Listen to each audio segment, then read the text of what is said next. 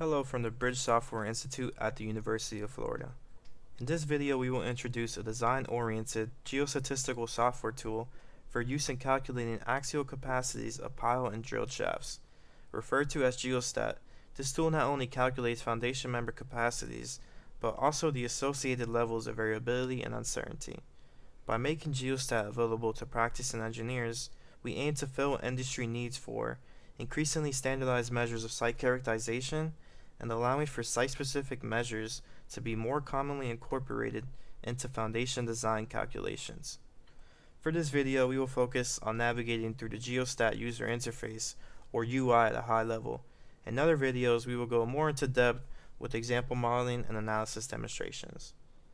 For today, let's first navigate to any GeoStat shortcut after installation and double-click to open the software. The window that appears is referred to as the user interface, or UI. Before moving into the unique features and controls housed within the GeoStat software, let's first look at the top left of the UI. Notice that GeoStat is laid out as a tabbed interface. From left to right, the UI tabs guide engineers across processes such as identifying geological zones, deciding upon representative layerings, performing spatial variability assessments, simulating axial resistances of foundation members, incorporating uncertainty due to method error, and finally plotting profiles of axial design resistance. Let's briefly go through the File, Control, and Help menu controls.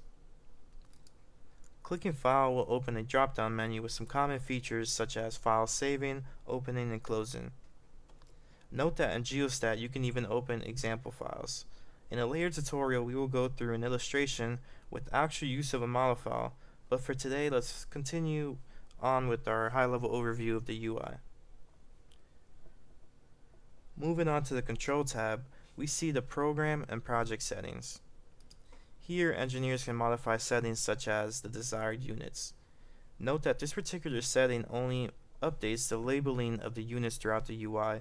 No conversion is applied to any supplied numerical data when modifying the unit setting.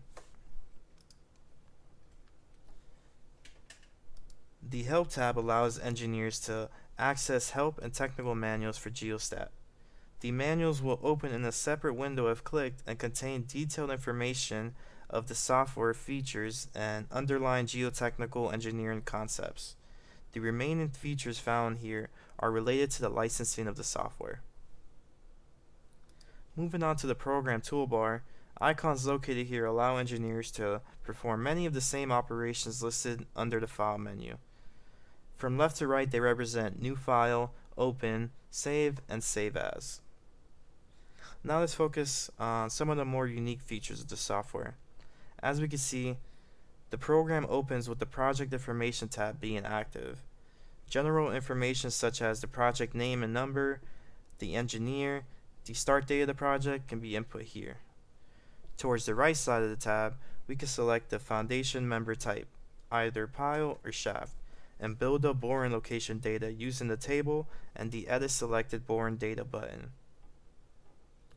Plot types that can be viewed and even manipulated from the Project Information tab include a plan view of all the borings from the site and a profile view of the collected boring data given a type of geotechnical site measurement. The plot type shown in the profile view can be changed to show different soil properties versus the elevation. This includes SPT blow counts, unit weight, unconfined compressive strength, split tensile strength, core data with RQD values, and still others. Before moving rightward onto the Profile tab, note that the Accept Boring Changes button should be clicked if the site boring data has been updated while visiting the Project Information tab.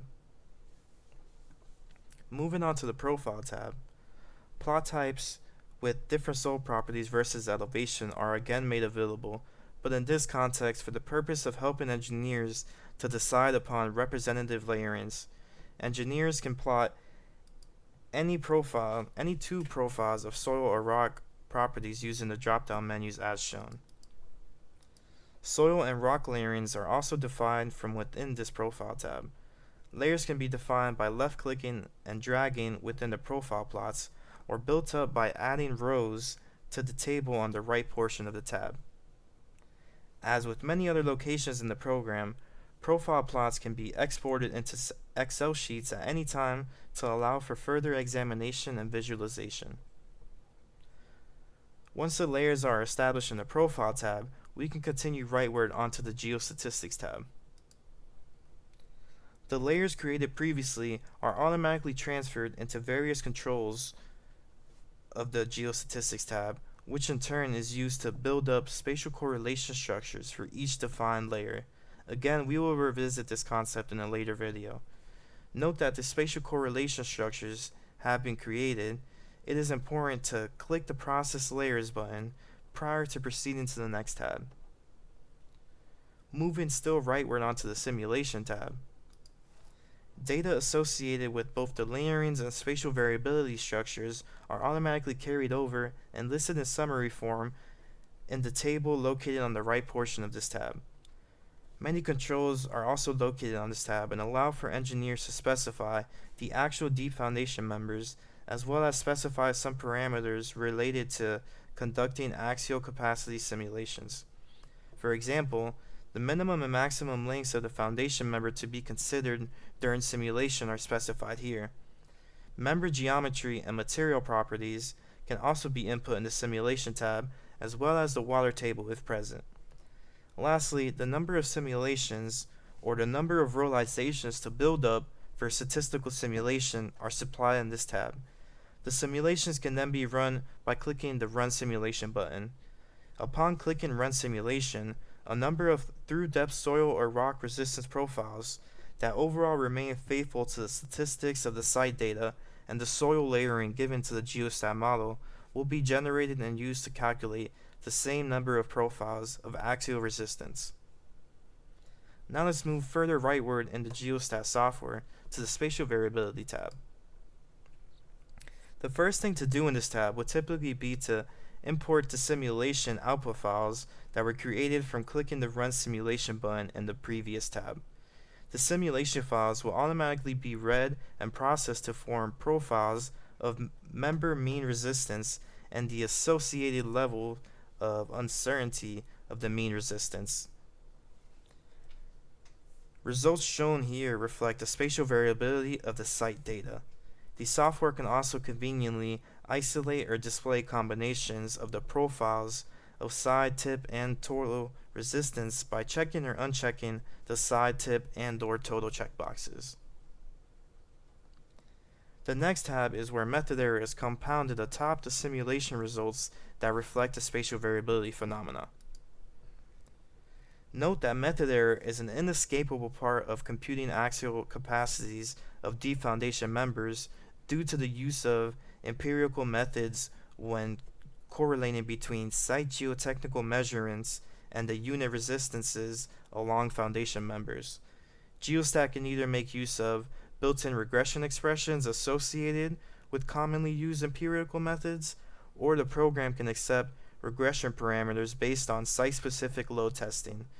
Note that the process method error button must be clicked before moving rightward to the 7th and final program tab.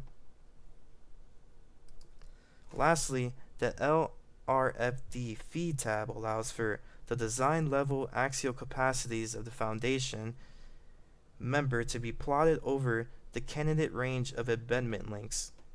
Plots of mean values, coefficient of variation, estimated site-specific LRFD resistance factor, and the fee factor resistance are all available. Clicking the Spatial and/or Spatial Plus Method checkboxes allows for the effect of spatial variability and the combined spatial plus method error phenomena to be visualized in the plots. Using profiles of resistance and uncertainty generated within this tab, geotechnical engineers will be better equipped to design deep foundation members and incorporate site-specific measures of variability and uncertainty. That concludes the current tutorial. Stay tuned for more on the GeoStat software.